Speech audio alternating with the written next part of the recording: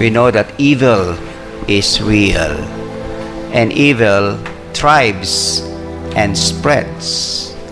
However, we can stop the spread of evil by doing good, showing goodness, or becoming men and women of goodness. This is what we see in the readings that we have today.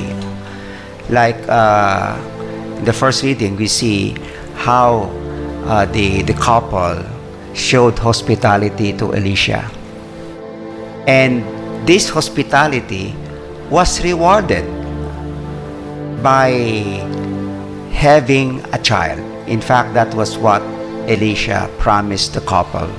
You will soon have a child. And then this kind of hospitality means that first we need to accept Jesus. No? And to accept Jesus means, as St. Paul tells us in the letter to the Romans, it's like immersing in the water of baptism, meaning to say that there is a need for us to die. And that kind of death has to do with dying to self, dying to our selfishness or self-centeredness, and letting Jesus to shine.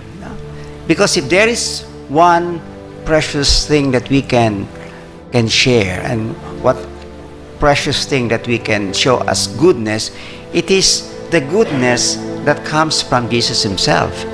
And then it may come as a surprise to us as we hear the gospel when he tells us, if you give priority to your family, mother, father, son or daughter, and so on and so forth, let us not be so scandalized by these words coming from Jesus, that as if Jesus is giving us the impression that let us put our family aside, forget them.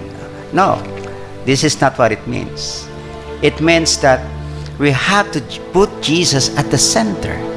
And putting Jesus at the center of the family will mean that it's the Lord who will unite us. It's not anymore me. It's not anymore you. It's about we.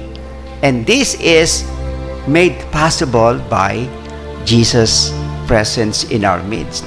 There is something that should unite us together, brothers and sisters.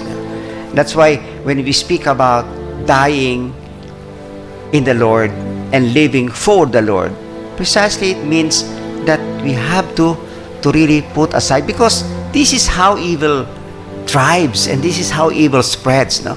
When we put ourselves at the center and we do not put God at the center. And that is also how goodness spreads. Doing goodness is no big deal. It may be as easy as we want it when we are generous enough, and if we are hospitable enough, just as what we witnessed in the couple in the first reading.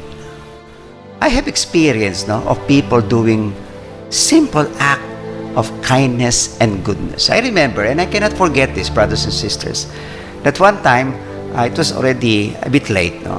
I went to the grocery to buy some food for our community, and all of a sudden, when I was about to leave, there was an old lady who knocked on my window, just asking something. Usually, so what to do? And it was already late, And then, it called my attention when she told me, can you give me something for my grandson? So, usually when somebody tells me, I believe. I will not doubt or suspect whether he or she is telling the truth or not. For as long as you are in need, I will try to help in whatever way I can. So, I gave her 100 pesos. Because she was just beside the Jollibee. So I'm thinking that if I give her 100 pesos, she can go to the Jollibee and buy something for the grandson. You know what she told me? God bless you. Of course, he doesn't know that I am a priest, of course. No? But telling me, God bless you, it means a lot. Nobody tells you, God bless you. No? Hi, hello, yes. It's always what we hear as greeting. No? But when I was coming out of the parking area, this is what really surprised me. You know what she did? He said, she made a sign of the cross. Imagine, she was doing like that to me. God bless you. When I was supposed to be the one doing it to her. But without knowing her, I did the same. God bless you. A simple act of goodness and kindness. That's why I'm telling you, it had a tremendous impact on me. Why? Because I used to be the one doing, God bless you, or doing goodness or kindness to somebody. But you see, this simple act is one way of spreading goodness. In whatever setting or situation we are. It may just be in a family. What act of goodness can we show to one another at home? We go out of the house. What act of goodness and kindness can we show when we are in the streets?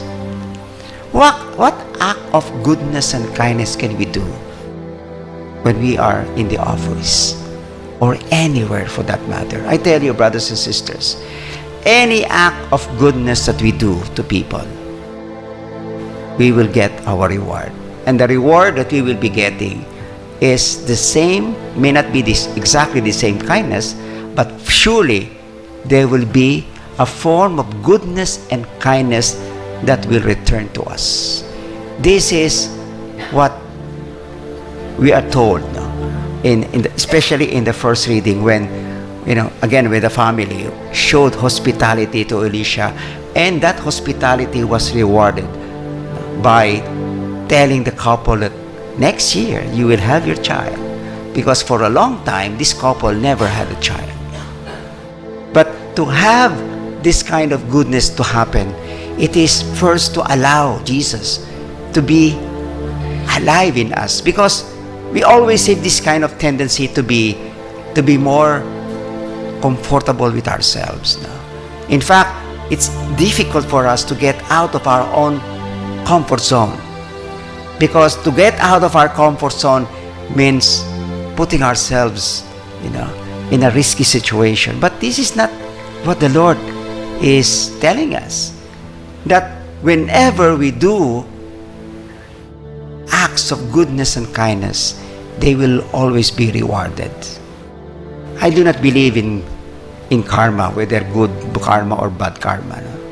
I don't believe in the law of attraction. But there is one thing that I believe: whatever goodness you do, you will be rewarded. And I used to tell this also, that when we are seeking and asking for blessing, and I would like to repeat this now, brothers and sisters, we are always asking for a blessing, and the Lord is so kind and so good that He blesses us. But if the Lord blesses us and we feel that we are so blessed, again, I like to repeat, when you are blessed, do not increase the standard of your living. Instead, increase the standard of your sharing and giving, because surely whatever blessing that we share will multiply. Not so much for us, but it will be multiplied towards people who need them the most.